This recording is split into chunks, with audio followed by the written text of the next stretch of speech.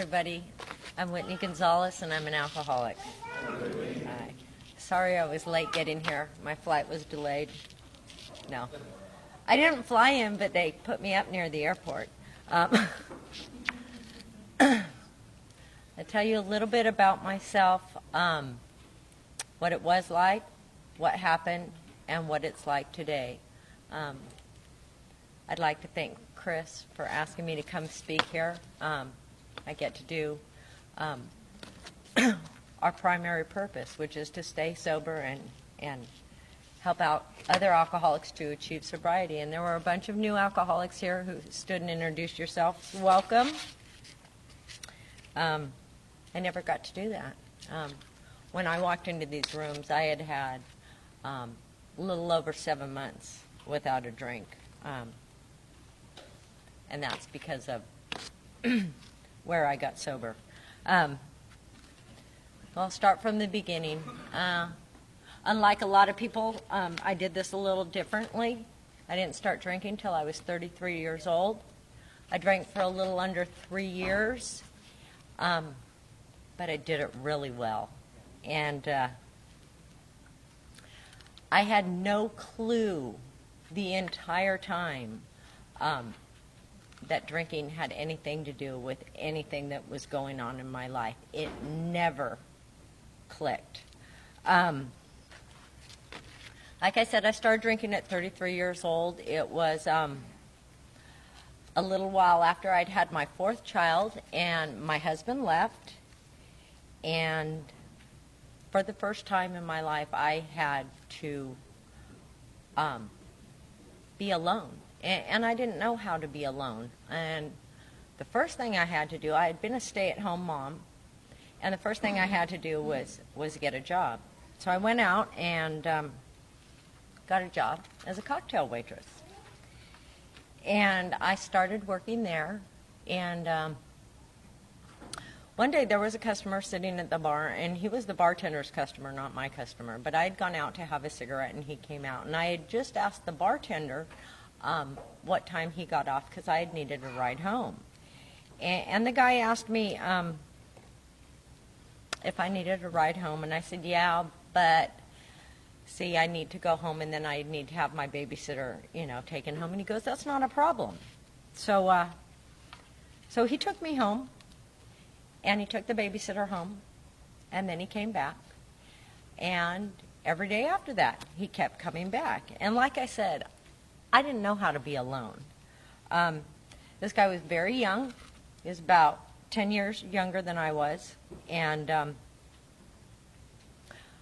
I decided, because I believe I was an alcoholic way before I added alcohol. Now, I'd had drinks here and there since I was 13, since I had my first drink. But I never drank. Didn't keep alcohol in the house. Once or twice a year I'd have a drink. But my thinking was messed up from the gate. I thought like all of us alcoholics do. I thought that I wasn't good enough. I never fit in. And I always had to have some kind of outside fix. So this kid who kept coming every day and asking me if I needed a ride here, needed a ride there, I decided that I was going to move him in and replace my husband. And I told him, you can move in here and come live here, and you just have to do everything, the way I say. And he said, okay.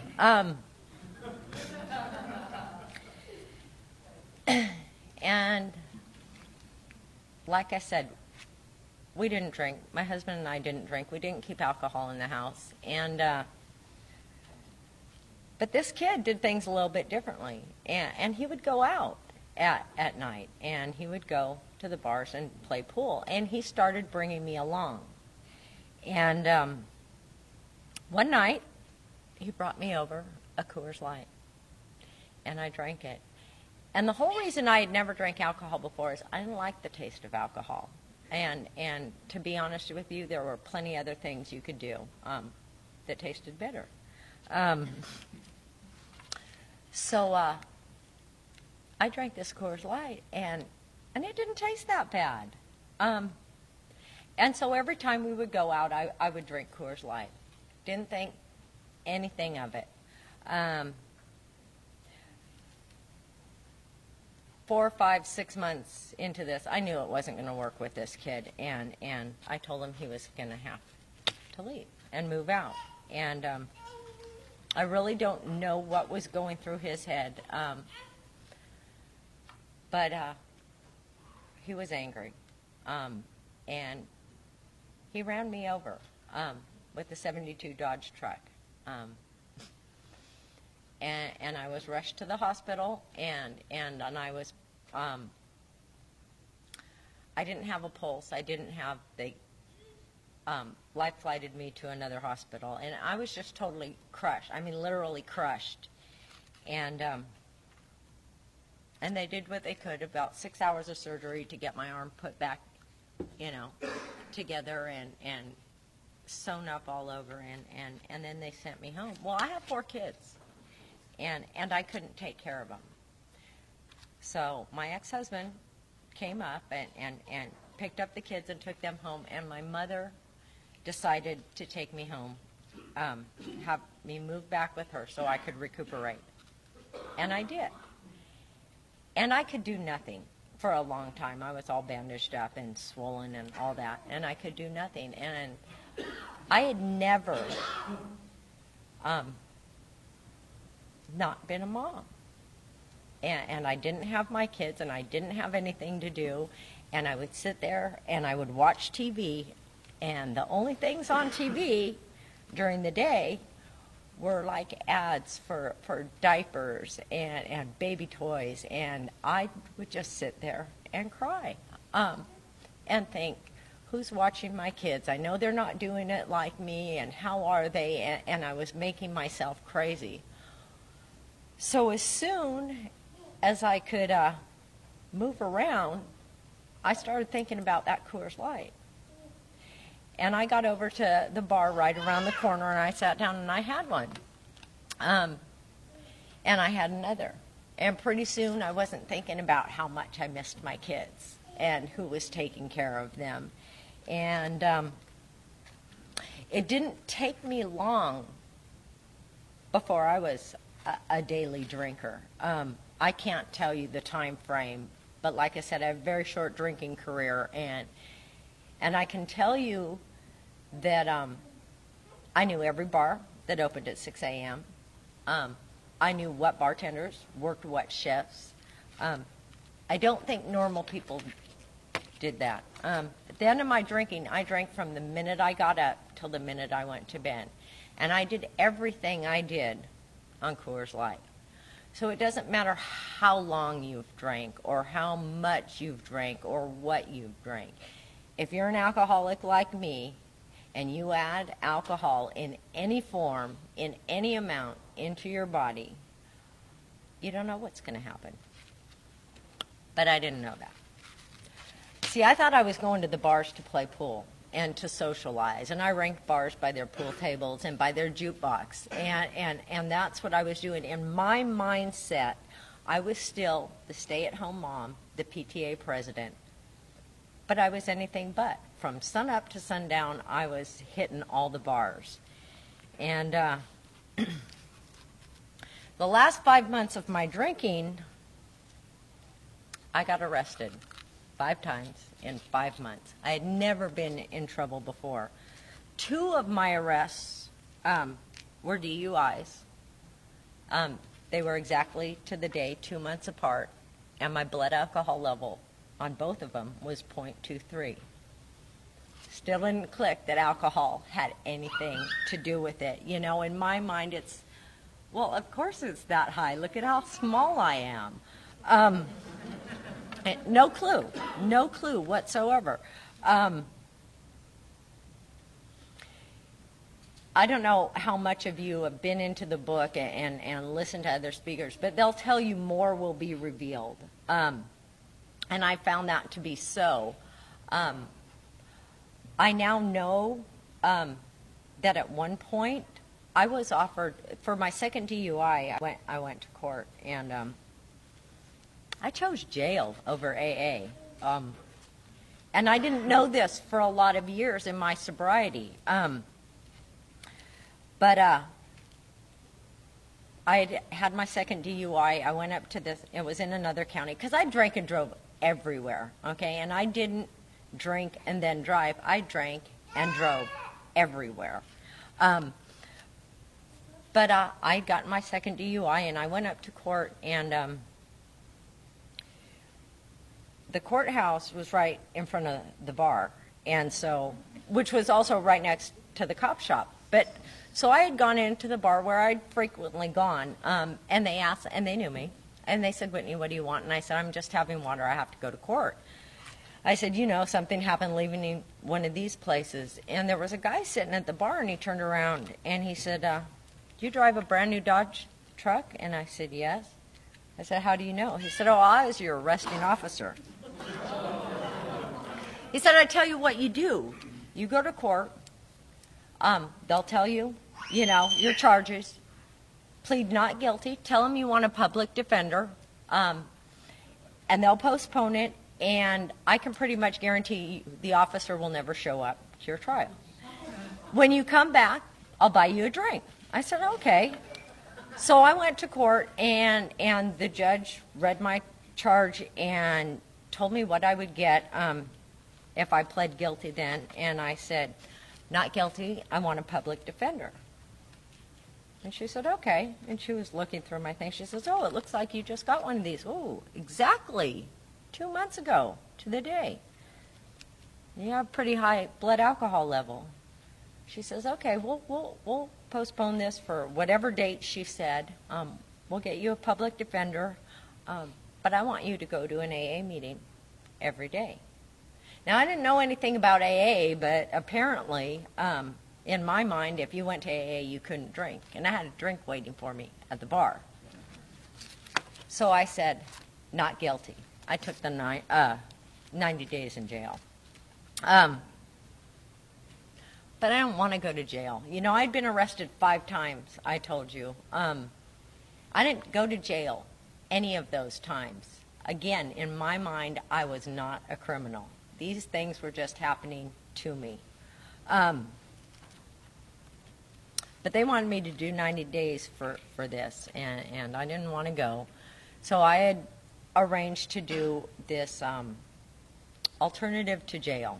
It's like a work program. But again, it was in another county than I lived in, and you had to go every day from 8 to 4. So I went up there, and I stayed in a hotel during the week, came home on the weekends. But we had this really great guy who was running the program, and instead of working from 8 in the morning till 4 in the afternoon, we'd get off at 10 or 11 in the morning. And I was staying in a hotel, and I had nothing better to do, so I went to the bar to play pool. And that's what I did. I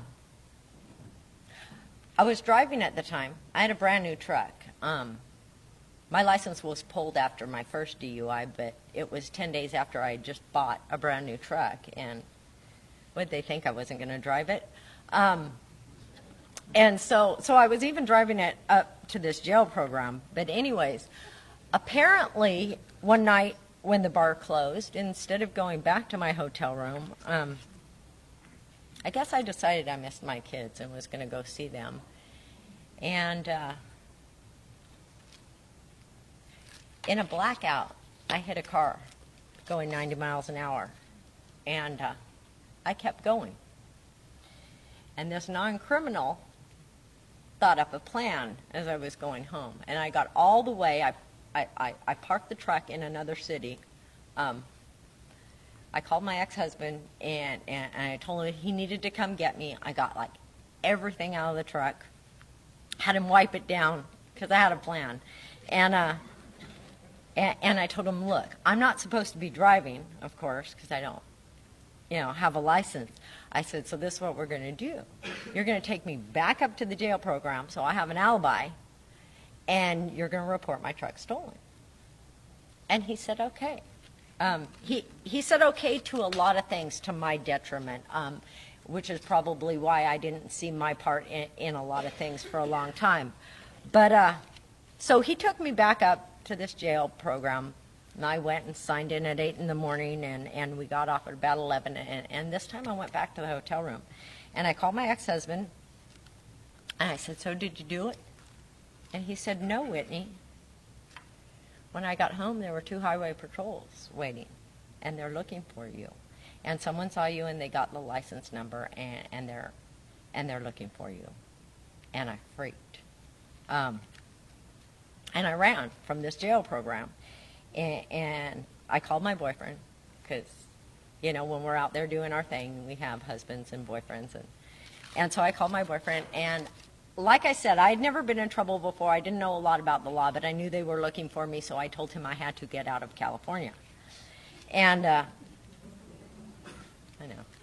So he took me to Reno, and that's a great place to go, where you can drink 24 hours a day, basically for free. And we stayed there for a while. And at one point he said, Whitney, I have to go back to work. We got to go home. So he came back home, and he put me up in this nice little hotel, because I was still hiding, because I knew they were looking for me. And he went off to work, and I hadn't had anything to drink, and my mind started going, and I put it together. The only reason they would be looking for me is if I had killed somebody. And that scared the shit out of me. So I ran from that hotel room, and I found a nice little place to hide. And I had no contact with anyone, and I stayed there for about 3.5 weeks. And I would only go out at night, and I would go to the store, and I would steal cigarettes and beer and books.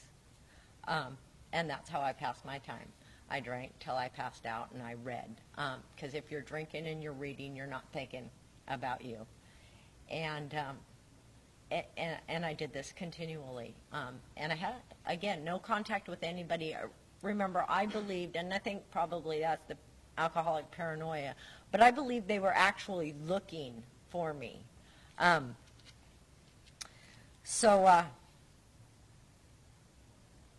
pretty soon, you know, the drinking and the reading stopped working, and I was thinking about this, and I killed these people, and I had been making decisions after decisions that kept getting me in worse trouble, and I was drowning, and I could see absolutely no way out. And so that night when I went to the store to steal my cigarettes and my beer, I also stole a pack of razor blades. And I came back, and I was going to slit my wrist, and I don't know how I know.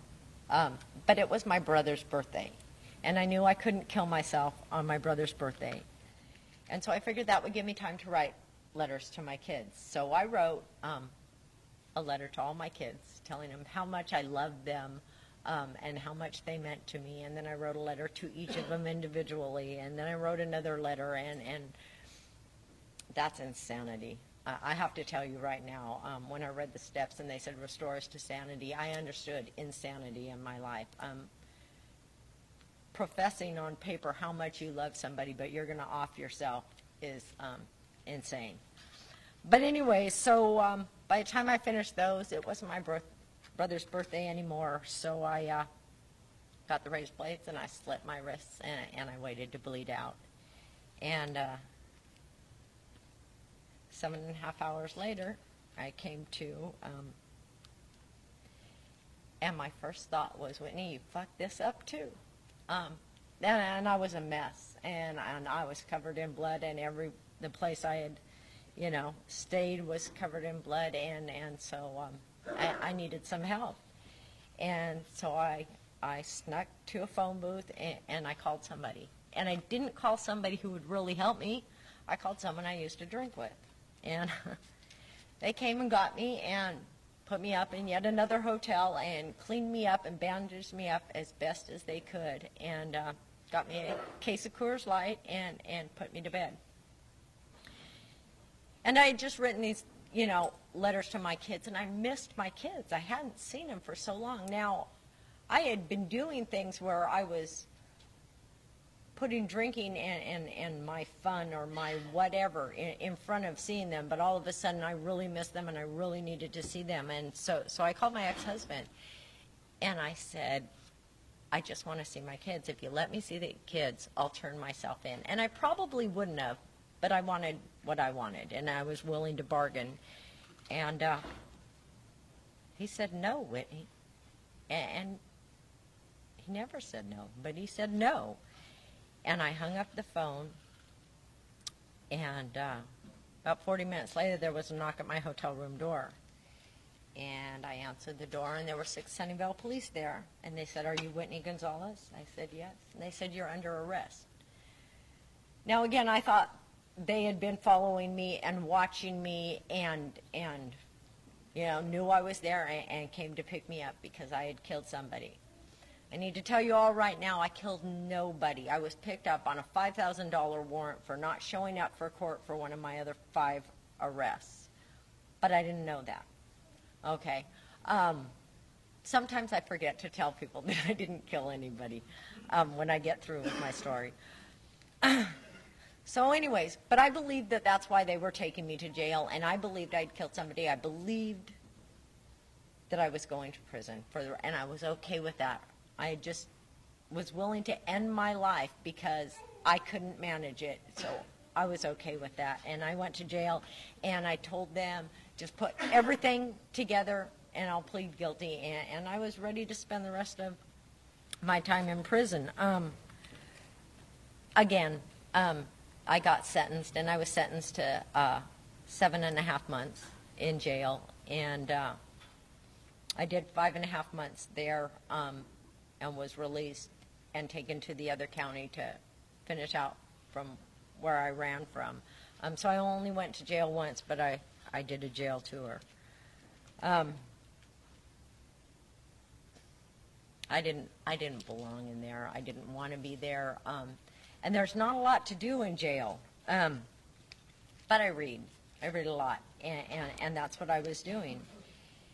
And a little over 30 days into my incarceration, I got up off my bunk and I went over to the bookcase to select yet another book and brought it back to my bunk, and I opened it up. And somebody had used the little blue card, 20 questions, are you an alcoholic, as a bookmark. And I had nothing better to do, so I thought I'd take the little test. Let me back up real quick. At one point before they sentenced me, they had a probation person come in. I guess they talk to you and decide. And she had asked me if I thought that my drinking had anything to do with all these arrests. And I honestly didn't. I had no clue. I don't know how, but I had no clue. I'm a fairly intelligent person. Never connected it. And I told her no. But I had this little card here, and I had nothing better to do. So I took the test. And for the first time in a long time, I answered everything honestly. And I don't think I had been real honest during any of that period in my drinking. But at the bottom of the card, it says, if you answered yes to one of these questions, you may have a drinking problem. If you answered yes to 2, you're probably an alcoholic. And if you answered yes to 3 or more, you're definitely an alcoholic. And there were 3 that I did not answer yes to.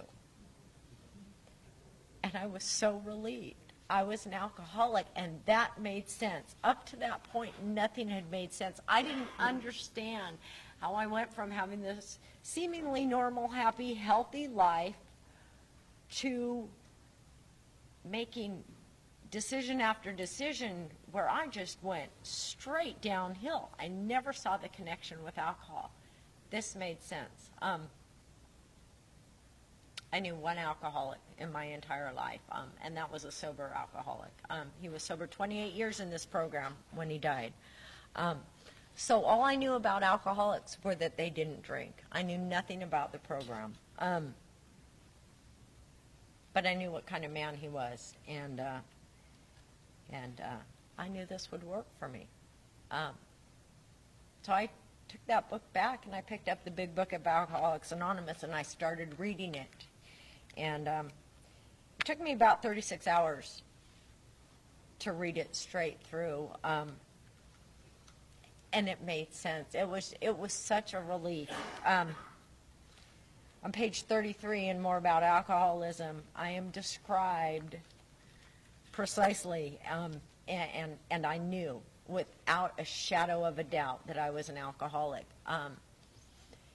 And I can't do word for word. I have not memorized that book. I've read it several times. I have taken several women through it. I do not know it word for word, but basically says that you don't have to drink the quantities that some of us do, nor the type if you are to be an alcoholic. This is particularly true. Drink the quantities or for the length of time that some of us do, and this is particularly true of potential female alcoholics who start to drink and are gone beyond recall in a short time.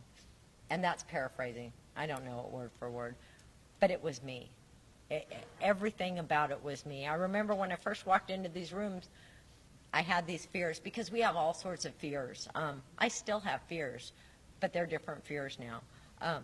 But I was so afraid that you alcoholics would not believe that I was a real alcoholic. I now know that what you think about me is not my business, but I didn't know that then because I was working on newcomer thinking. I did my time in jail, in the 2 jails, and I have to tell you that in the 2 counties I was in, the women's jails are not blessed with people coming in to bring AA meetings. In 2 jails in 7.5 months, I got to 1 Alcoholics Anonymous meeting. But I had read the book and I had read the stories, and I knew what these meetings would be like, and I knew that that's where I needed to be when I got out. When I got out in another county. They let me out at midnight, and I had pretty much burned all my bridges. I mean, I had screwed over anybody who cared about me or didn't care about me when I was drinking, and in my mind I had nothing coming. So I had no one to call. So I walked out to Highway 5 and I started walking until I got to a truck stop and started asking truckers if anyone was going towards San Jose. And about 10 o'clock the next morning, I got a ride that I would actually take. And he brought me to my kids' house. And I hadn't talked to my kids or seen them in probably 9 months. And my ex-husband wouldn't take the phone calls. I wrote to those kids every day after I found out I was an alcoholic and had time to think about my part and what I did. And I knew what I could do. He wouldn't take my phone calls. I couldn't talk to my kids. And at one point, I was a victim. And he wouldn't let me talk to my kids. And poor Whitney, I came to understand my part in it, and I did what I could do. And what I could do was write to those kids every day. And I did. And I have to tell you, I never got a letter back. And I had no idea how my kids felt about me. But I missed them, and I wanted to see them.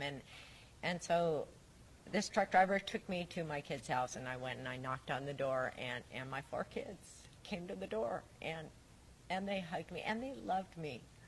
You know, I could see it in their eyes. You know, I had all my ideas of what they thought about me and how they would think about their mother being in jail and all that. But they loved me. They still love me. And then their father came to the door. And I had nothing. And I asked him if I could stay there. And he said no. And I said, but I have no place to go and I have nothing. And then he said, just a minute. And he went in the house and he came back and he handed me a jacket and 70 cents. He said, now you can stay warm and make 2 phone calls. And he shut the door. And and I started walking. And I went to a phone booth. And I had no idea who I was going to call, but I had money to call someone. And I had been gone long enough during that time that they had changed the amount of payphones, and they were no longer 35 cents, they were 50 cents. And I sat down and I started to cry. And I don't know how long I sat there, but it started getting dark, and I got up and I was walking, and I was checking payphones as I was walking, and I had no place to go. And I was checking payphones, and they were all 50 cents. And as I was walking, it dawned on me that if I kept going the way I was going, pretty soon I'd be at the bars I used to hang out with. And if I walked into any of them, I'd have pretty much anything I needed. And that scared the shit out of me. And I sat down on a bus bench, and I started crying. And as I was sitting there, something I read in the big book just actually flashed across. It says, "Without help, it is too much for us." So I looked, and there was a phone booth over there, and I went over and I grabbed the yellow pages and I looked up AA, and I went to put the 50 cents in the phone, and I believe because I was doing the next right thing for me that God was working in my life. It was a 35-cent phone. So I called AA, and through my blubbering and tears, I got it across to them that I had just gotten out of jail and that I really needed a meeting. And they asked where I was, and I told them I was in Sunnyvale. And they said, "Well, there are no more meetings in Sunnyvale tonight." And I said, "Well, I don't care where it is. I need to get to a meeting." And so they said, "Well, there's one at 10 o'clock at Winchester and Tulip, and I could probably make that one." I said, "Great, can somebody come pick me up?" And they said, "No, we're just, hotline. We can tell you where the meetings are, or we can sit here and talk to you if you'd like." And I said, "No, I need to get to a meeting." I thanked them. I hung up. And I had 35 cents, and I had to get to another city to a meeting that I didn't know where it was. And so I put my money in the phone, and I dialed the number, and I called my mother, who I hadn't talked to in about 2.5 years when she had the police remove me from her home. And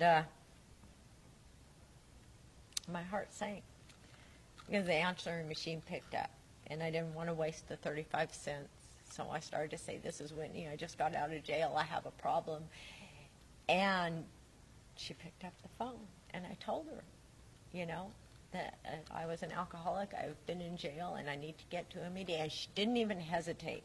This is someone who I absolutely believed 100% did not love me. And that proved it when she had the police remove me from her house. She didn't even hesitate. She said, "Where are you?" And she came and she picked me up, and she brought me to my first meeting of Alcoholics Anonymous. And on the way over there, she says, "Whitney, I can't ask you to come home." And I understood that. I understood that I could say anything on the day I got out of jail, and it would mean absolutely nothing. Pretty much anything I had said before that meant nothing, and why would this be different? And I knew I had to walk the walk. And I said, "That's okay. I just need a ride to a meeting. You're doing that for me." And I thanked her, and she dropped me off and drove away. I have an incredible relationship with her today. And she cries, and she tells me that was the hardest thing she has ever done, was to leave me at that meeting. But she didn't, and I told her that's exactly what I needed.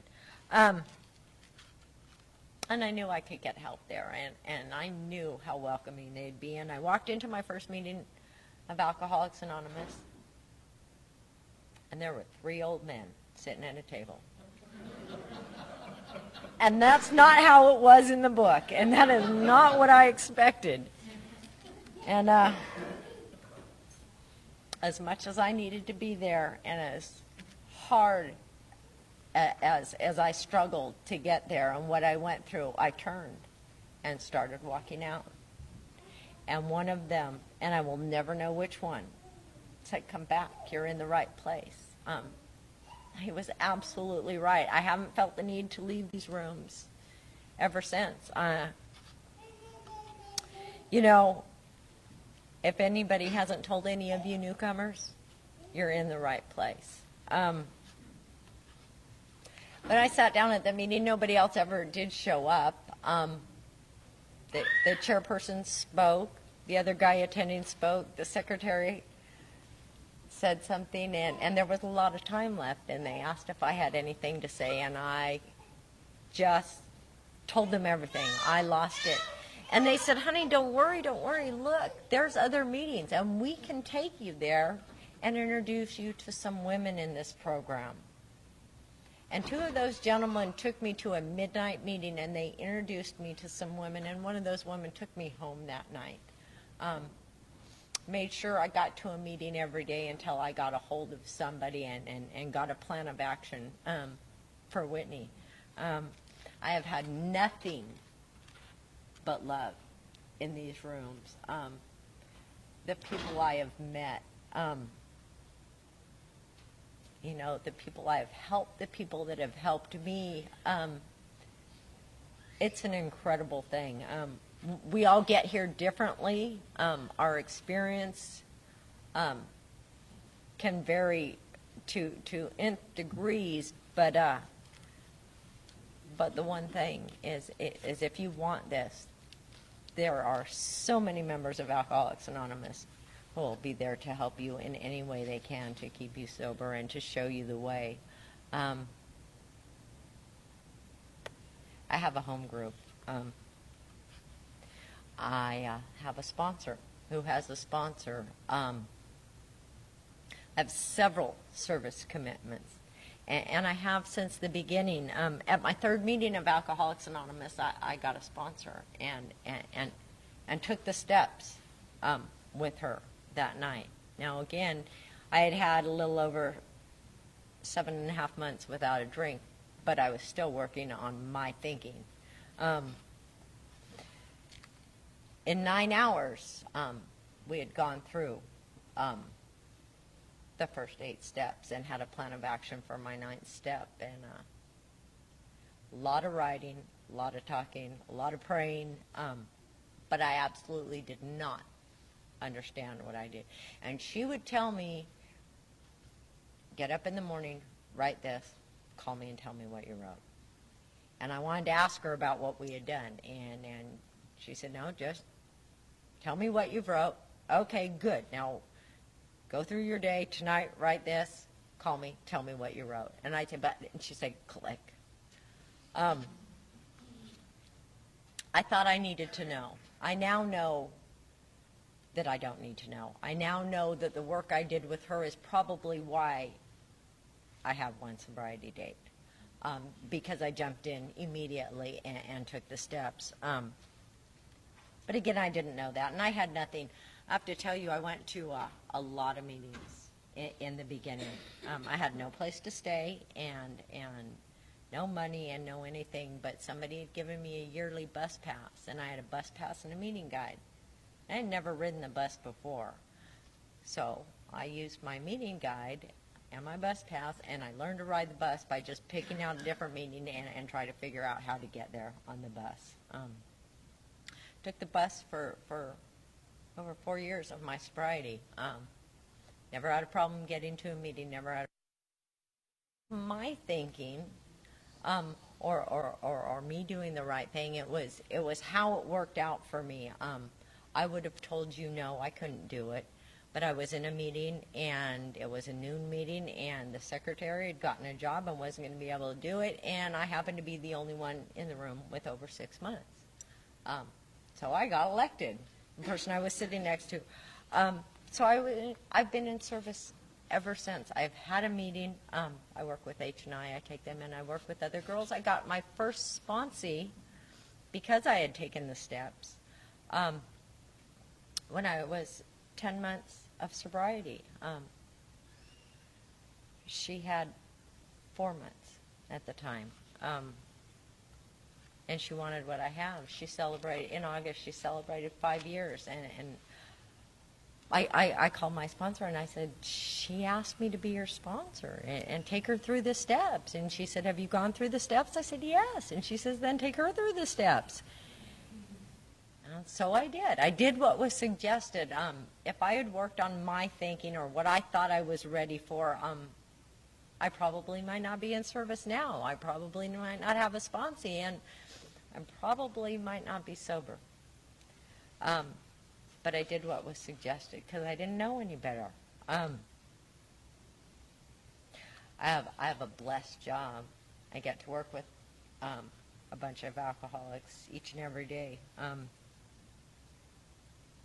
I got that job by accident. You know, I told you before that I'd been a stay-at-home mom, so I hadn't worked all that time when I was married and having babies, and then I got the job as a cocktail waitress, and while I was out there drinking, of course I bartended because I was always there anyways, and but that's all I had done, and when I got out, I ended up getting into a transitional housing unit, and I needed to get a job, and I was out there pounding the pavement, and it's an honest program, and there was this little line on there that they would ask you, have you ever been convicted of a felony? And I had an assault with a deadly weapon as one of my charges, and I pled guilty to everything, so I had this felony, and I had all these years of no work experience. And on paper, it looked pretty shitty, you know. But I believe that it was because I had a felony on my record, and I kept telling my sponsor, can I just not, you know, answer that question? And she said no. So anyways, a friend called me and said there was this Awano club that needed somebody. Why don't you go fill out an application? So I went, and I got the application, and on the part where it says, have you ever been convicted of a felony, I put yes, and that says, please explain. I said, we'll explain at interview. And so 2 days later, I got a call from the manager of the club, and he said, why don't we talk? And so I went in, and my interview went like this. Okay, so what kind of charges do you have? And I started naming them off, and he said, okay, and you need to go to court and do this. I said, oh, no, I did my time. You know, I served my time. All that's behind me. And he goes, wow, that's nothing that we all normally don't have. And I didn't expect to hear that. And he said, I tell you what, why don't you come in Saturday night, work for a couple hours, come back and talk to me, tell me if I can take this job and shove it or whether you want to give it a try. And I was so grateful. I started serving coffee for $6 an hour, and I was so grateful. And I was there every day. I was scheduled, and I worked mornings and I worked nights, and there are times in clubs where there's very downtime, and I found stuff to do, and I kept doing and you know, I got asked at one point, if you could have your dream schedule, what would it be? And I told him, and the next day I had that schedule, and I kept doing, and then I started ordering, and then I started doing the scheduling, and then I was asked to manage temporarily while he went on vacation, and I am officially the kitchen manager, officially the assistant manager, and in August of 2007 I will be the manager of a club that has been managed by the same man for 34 years, because he believes in me and because I do what's right in front of me. If you do your all at whatever you're doing, amazing things will come to pass. I have a life today that I couldn't even have imagined before I started drinking or while I was drinking. I like me. I have a husband, a wonderful, loving husband, who doesn't want something from me, you know. As you can hear, I have a beautiful new baby girl, and I'm blessed. I've worked with several women.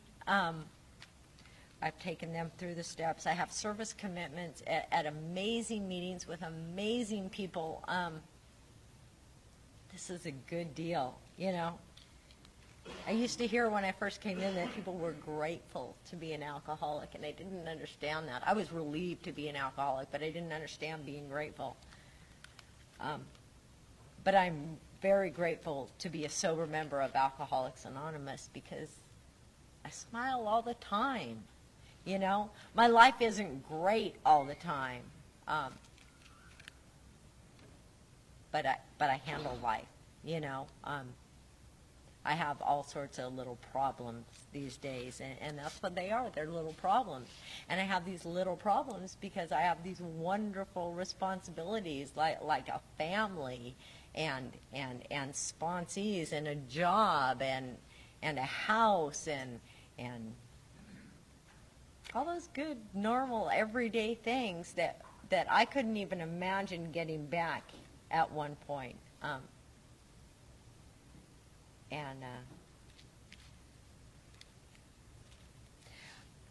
get to be an example.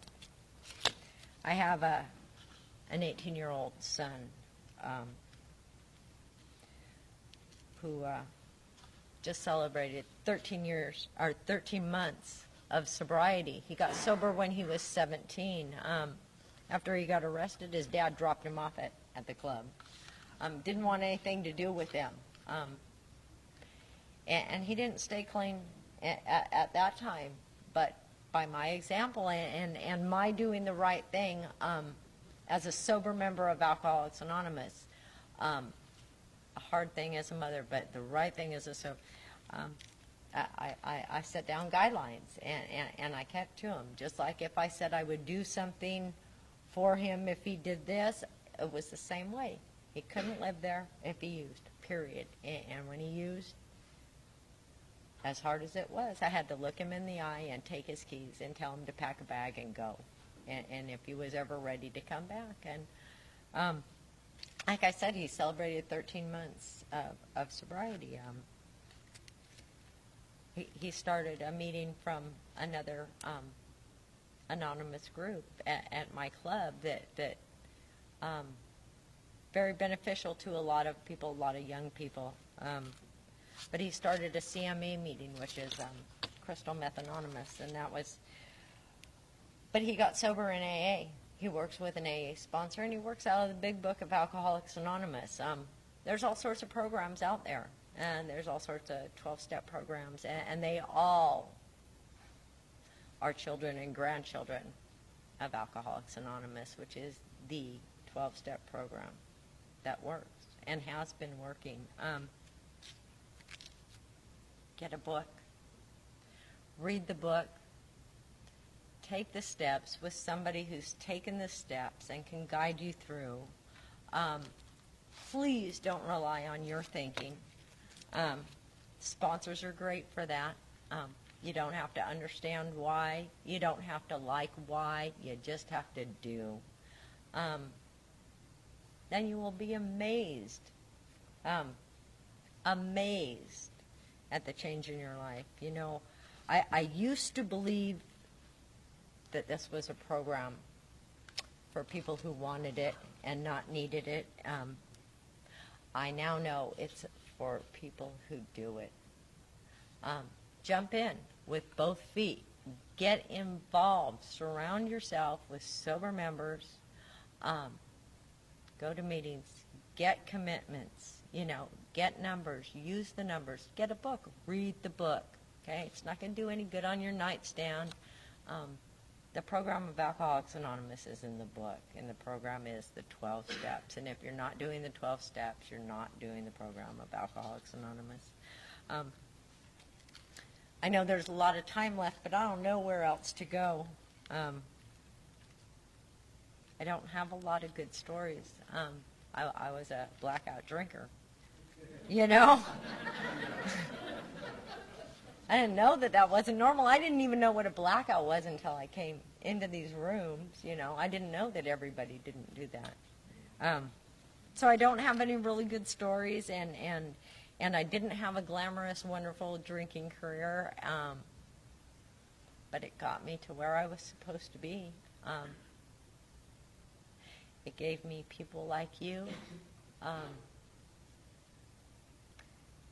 God of my understanding, and I found them all in Alcoholics Anonymous. Thank you.